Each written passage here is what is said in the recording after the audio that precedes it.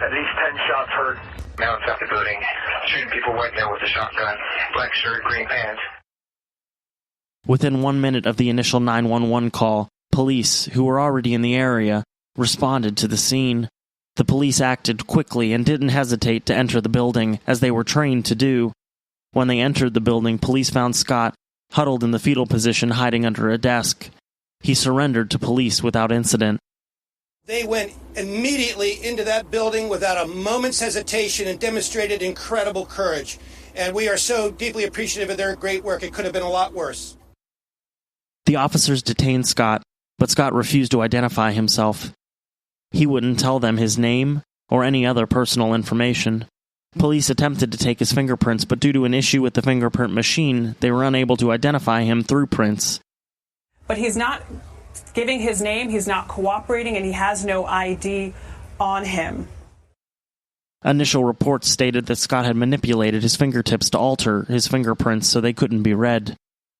This was later learned to be false, and the reason his prints weren't being read was because of an issue with the machine. For a moment, police were at a dead end, and didn't know how to identify this man who had just taken the lives of multiple people. I can confirm that we have the suspect in custody. They're currently interviewing him right now.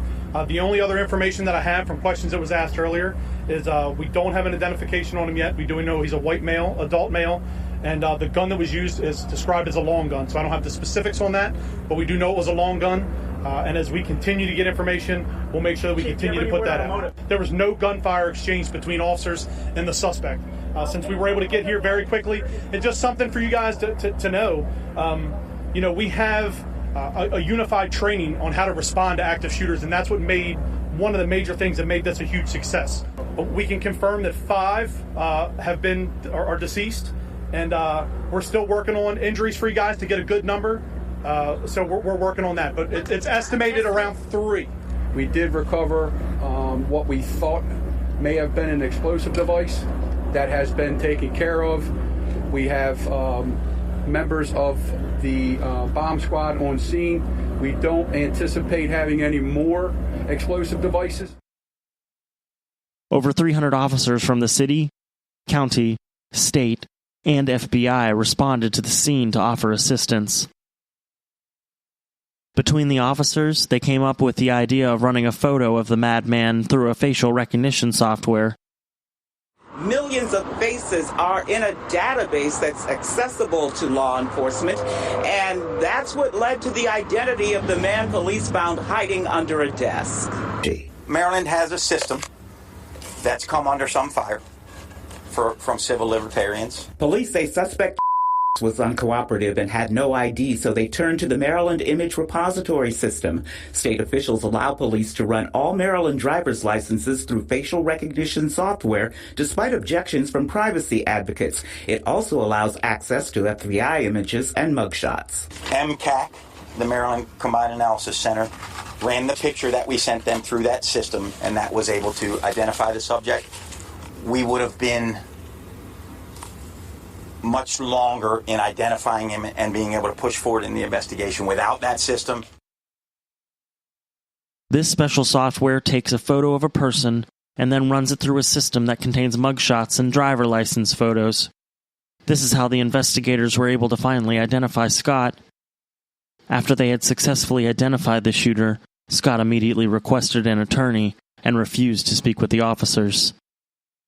The Capital Gazette office was located on the first floor of a 135,000-square-foot office building. They were one of 30 tenants in the building, and a total of 170 people were evacuated. While the surviving victims were being evacuated, the police officers instructed them to either look straight ahead or to close their eyes as they were let out of the building. The officers were trying to spare the victims from seeing their co-workers lying dead on the floor. A reunification center was set up at a nearby Westfield Annapolis shopping center. The center was set up in order for family members to go to be reunified with their loved ones. There are also counselors on hand at the makeshift center to help with any and all trauma the survivors may have experienced. 2 Capital Gazette employees were injured during the shooting. Rachel Pacella and Janelle Cooley were taken to the Anne Arundel Medical Center for treatment and were later released. 5 victims tragically lost their lives that day. 34-year-old Rebecca Smith was an advertising sales assistant who had been working for the Capitol for less than a year. She was born in Baltimore, Maryland, and was living in Dundalk at the time of her tragic death. Rebecca was the first person in her family to go to college and graduate. She graduated from Villa Julie College, which is now known as Stevenson University, with a degree in marketing. Rebecca was engaged to the love of her life, Dwayne Poling, who went by DJ. DJ was heavily involved in the local softball league, and Rebecca enjoyed sitting in the stands cheering DJ on while he played. When she wasn't supporting DJ or working at the Capitol, she really enjoyed camping. Rebecca's parents remember her as being a big Pink Floyd fan when she was younger. Rob Hyacin was 59 years old when he lost his life. He was an assistant editor and also wrote a column in the Sunday newspaper. All the younger reporters at the Capitol looked up to Rob as a mentor and enjoyed following his lead and asking for any and all advice. He was known for his unique way of telling stories and was always up to cover more unique or strange stories, which he enjoyed. Rob was married to the love of his life, Maria. He and Maria had been married for over 33 years and had 3 wonderful children together. Rob had been working on a novel about a high school algebra teacher, a novel that he was never able to finish. Maria decided to take the novel into her own hands and not only finish the book, but went on to have it published. Maria named the book Float Plan. You can find a link in the show notes to where you can purchase the book. Maria also decided to publish another book that she called Love Punch. This book contained some of the best columns that Rob had written when he was still alive, and Maria wanted to do what she could to make sure his name lived on. Gerald Fishman was a 61-year-old editorial page editor for the Capitol. Before becoming a victim of a mass shooting himself, he had written about many of the other mass shootings that had happened all over America. He had won many awards for his writings and was always proud of his work, but was also very humble. Those that knew him said that Gerald was thoughtful, witty, and most of all, dedicated. His desk was almost always covered in books, and knew everything anyone ever wanted to know about Maryland history. If he didn't know the answer, he was sure to find it for you. Gerald graduated from University of Maryland, College Park in 1979 with a bachelor's degree in journalism. Wendy Winters was 65 years old when she risked her life to save others. Many of the survivors of the shooting labeled Wendy as a hero. She was a feature writer for the Capitol and lived in Edgewater, Maryland. Wendy was born in Coronado, California, and grew up in a military family. Because she was in a military family, she had lived in places all over the world. She graduated in 1971 from St. Mary's Academy, a high school in Alexandria, Virginia. After high school, Wendy went on to attend Virginia Commonwealth University and graduated with a Bachelor of Fine Arts degree with a specialty in fashion design, and then graduated from the Tobe Coburn School for Fashion Careers in New York City. She graduated with honors. That was another passion of Wendy's, fashion. She was known for her large wardrobe of clothes from all generations. In 1986, she married Todd Geimer. Todd built computer networks, and together they had 3 daughters and 1 son. Unfortunately, their marriage ended in divorce. Wendy's children would later say after her death that Wendy never sat still for very long. She had a full schedule every day and enjoyed staying busy. She wrote 3 columns for the Capitol: Around Broadneck, Teen of the Week, and Home of the Week. I want people to remember that she was a fantastic woman, a great mother, and an amazing reporter. And she was doing her job, and she was doing what she loved to do. John McNamara, who went by Mac, was 56 years old when he was killed. Mac was a sports reporter and had worked at the Capitol for 24 years. Those that knew him most knew him to be a walking encyclopedia for local sports. His co-workers called him a jack of all trades, as he could do it all: write, edit, and design. Mac had graduated from the University of Maryland, where he had met his future wife, Andrea.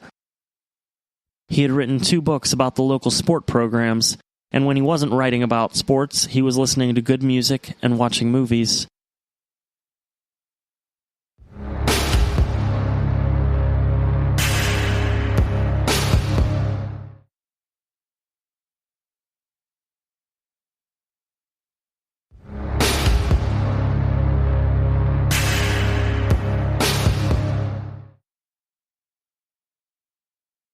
The Capital Gazette has gone by several different names and is one of the oldest publishers in the country. It serves the city of Annapolis, Anne Arundel County, Kent Island, and Queen Anne's County. The paper started as the Maryland Gazette, and shortly before World War I had started, William Abbott, who had founded the Evening Capital, bought the Maryland Gazette. He merged the two companies together and went under the Evening Capital. On June 20th, 1982, the Evening Capital shortened its name to simply the Capital. The company also writes the Bowie Blade News, the Maryland Gazette, and the Crofton West County Gazette. The Maryland Gazette is released twice a week and serves the communities of Glen Burnie, Pasadena, and other areas of the northern Anne Arundel County. The Bowie Blade News and the Crofton West County Gazette are both free papers. The Capital started one of the very first newspaper websites online in December of 1994. The website was called capitalonline.com. In July of 1998, the website was renamed to hometownannapolis.com. Because the Maryland Gazette and the Bowie Blade News also had websites, the decision was made in April of 2012 to consolidate all the websites into one big site. This is called capitalgazette.com. In 2014, the Capital was bought by the Baltimore Sun Media Group, which is a Tribune publishing company. On February 8, 2015, the newspaper announced it would be changing to releasing a paper 7 days a week. Over 30,000 copies of the paper are circulated each day, and over 35,000 are circulated each Sunday. As for Scott, we don't really know a whole lot about him. He seemed to live his life as normal until something snapped, and he decided to take innocent lives. He was born on December 21, 1979, and graduated from Arundel High School in 1997. We also know that Scott's father and stepmother live in Maryland, and that he has at least one sister. His father worked for the National Security Agency, and then later went on to work for the Metropolitan Washington Airports Authority. Scott was very close to his grandmother, and several years before the shooting, his grandmother had passed away, and this is when most noticed a difference in Scott. He stopped going to all family gatherings and became very standoffish. Those that went to high school with him said he was a different person who, like many of the shooters we have covered, was a loner and kept to himself.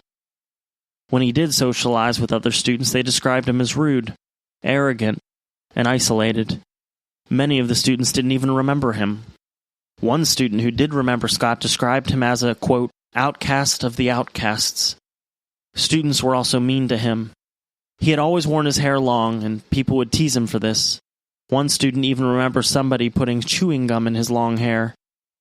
In addition to teasing him about his hair, they would also tease him about his glasses.